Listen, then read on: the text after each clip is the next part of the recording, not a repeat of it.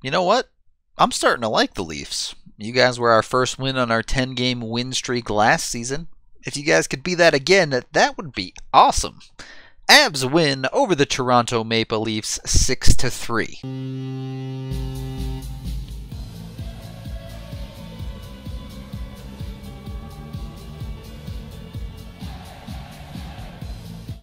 Now, I may have less than 1,000 subscribers, and Steve Dangle may almost have his silver play button, which, by the way, you should go subscribe to Steve Dangle to get him that play button. But the Avs are 5-0 on the Leafs since I started doing this whole YouTube thing. The Avs had me fooled on this one too. I thought it was going to be the typical Avalanche loss on this cold streak, but they had other ideas. Finally, not only goaltending, but the offense breaking through at the same time. Much needed. The Avs straight up looked like the better team in the first period. They were completely controlling play. They only gave up one penalty to the Leafs, and it wasn't a great PK, to be honest, but Varley looked very strong in net, something that gave me a lot of confidence in the Avs. Him holding down the fort means the Avs have a chance. The game would open up a bit after the 10-minute mark. You saw some odd man rushes going back and forth either way. The Avs defense looked a little bit shaky at times. Some of those failed clears that we're so used to started cropping up here and there, but they were getting away with it, at least for now. As with so many good periods lately for the Avs, they would have nothing to show for it though. They outshoot the Leafs 13-5, but it's 0-0 after 1. The Avs start the second with a carryover penalty from the first, but they don't manage to do much with it, and as happens so often with the Avs, when they fail to capitalize on a chance, not only do they miss out on the opportunity, but they give something away back the other way. After such a good first period by Varley, he lets one in that you would probably like him to stop. This one just doesn't feel good. Johnson does a good job forcing Matthews to the corner here, not letting him be a threat and forcing him to send the puck back up to the point. A familiar problem for the Avs. You see all 5 skaters down below the dots here, so that leaves a lot of room at the point. They move it quickly across the blue line to Ozhiganov. He throws a shot at the net. This is a soft wrist shot. There's nothing fancy here. The problem is the screen in front and also the screen up high by an Avs player. Varley never sees this puck, not for a single second, and all of a sudden it's in the net over his shoulder. Never saw it. That's tough. Obviously, goals like that happen. On the one hand, it's hard to blame it on Varley because he doesn't have control over the players in front of him. But on the other hand, you're used to Varley battling through those screens and finding a way to hold on to a puck like that. You see him find a gap, you see him see the puck into his glove. That's just not happening for the Avs right now. On the whole, through this game, you would qualify the goaltending as good enough. He certainly didn't steal the game for the Avs, but he gave them enough to keep them in the game and not much more than that. They almost always seem to come in bunches against the Avs. About a minute later, the Leafs would score another goal. Thankfully, by a miracle, it was an offside play, and it was very clearly offside. I don't think there's any doubt about it. Yes, the challenge is still dumb, and I hate it, but it was the correct call according to the rulebook. And in the grand scheme, that discounted goal didn't matter at all, because 10 seconds after they called it back, the Leafs would just march down and score again. Leafs have dumped this puck around the boards into the corner. Girard clearly going to be the first man to this puck. This should be handled every time. Problem is, he mishandles the puck on his backhand. To make matters worse, as the puck comes loose, Girard and Kerfoot collapse on each other. No communication, nobody's sure where they're going here. As the puck gets knocked in behind the net, Johnson doesn't realize that Janssen is coming in behind him, gets beat to the puck clean, and Girard, still discombobulated from the earlier play, isn't able to get into the passing lane, so it gets shimmied across right behind the net to Kapanen.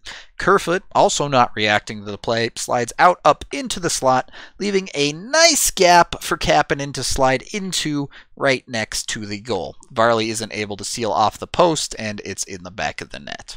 just absolutely brutal. I mean, everything that could possibly go wrong for Avs players on that play did. It really doesn't get much worse than that, and the Avs are down 2-0 for the millionth time in the last 10 games. It's so par for the course for this team that I'm not even surprised by it. It feels so bad. The good news is that now that the Avs are down by 2, they're allowed to play offense and actually put the puck in the net. As the Avs fan base's salt reaches the tipping point, including myself, Captain Gabe Landeskog has other ideas and puts his mad tip game to work. Landy wins this faceoff clean back to Barry. There's no doubt about where Landy's going from here, right to the front of the net. Barry fires a wrist shot that finds its way through. To be honest, the shot's probably going well wide of the net, but Landy gets his stick out there, knocks it right off the blade and right through Anderson.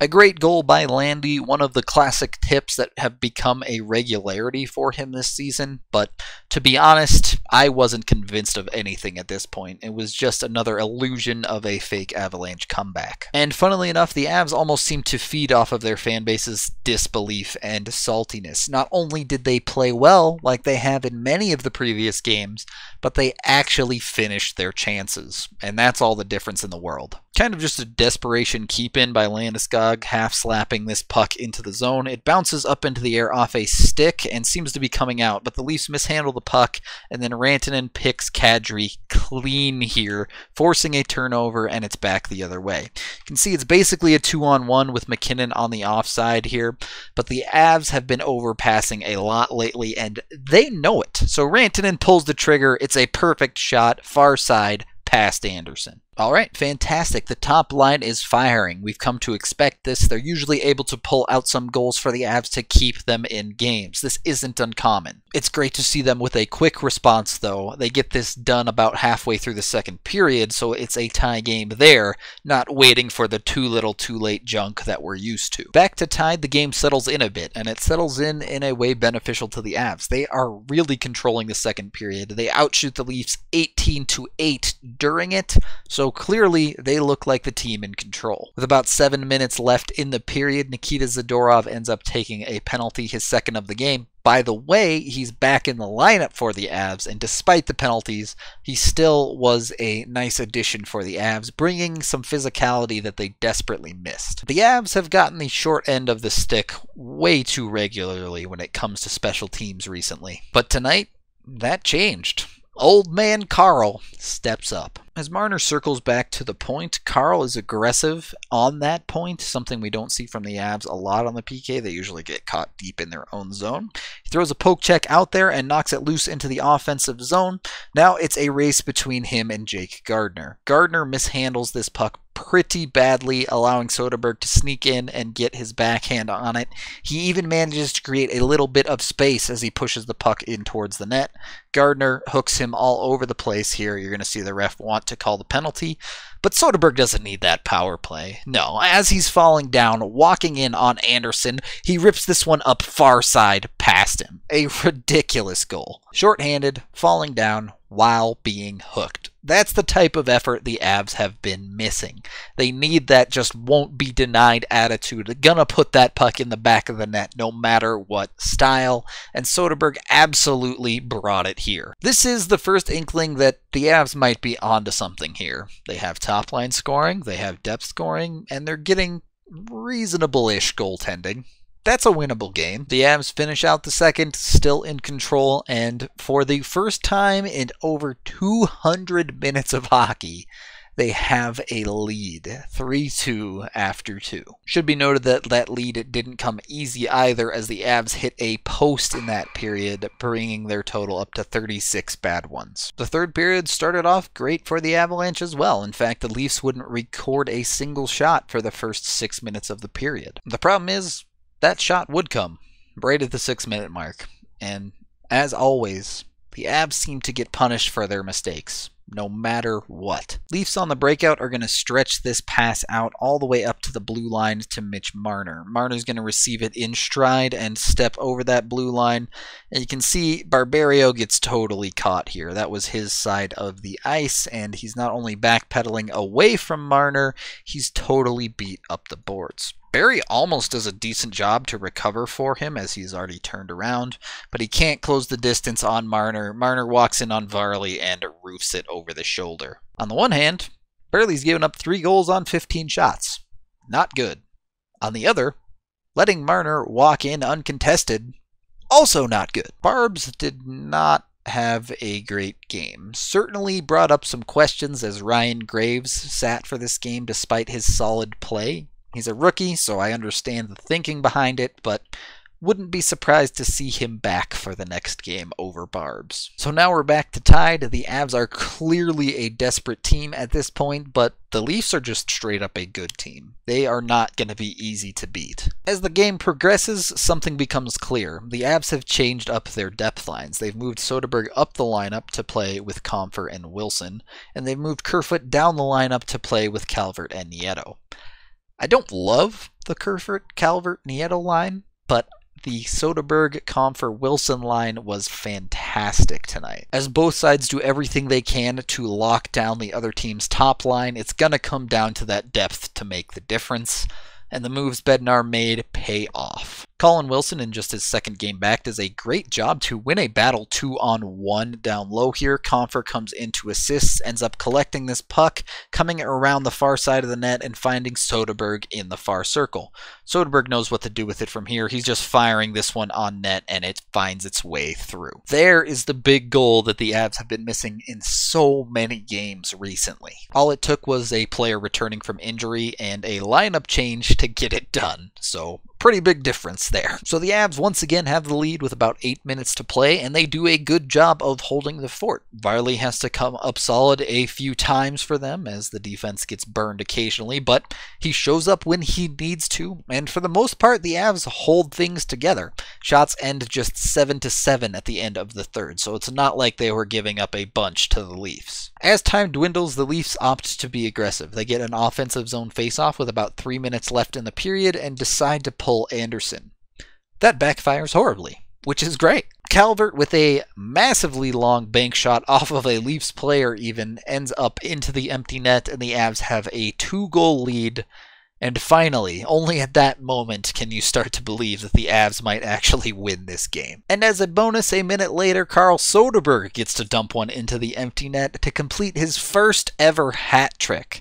The dude was absolutely the difference in this game. Without him, it's 3-3.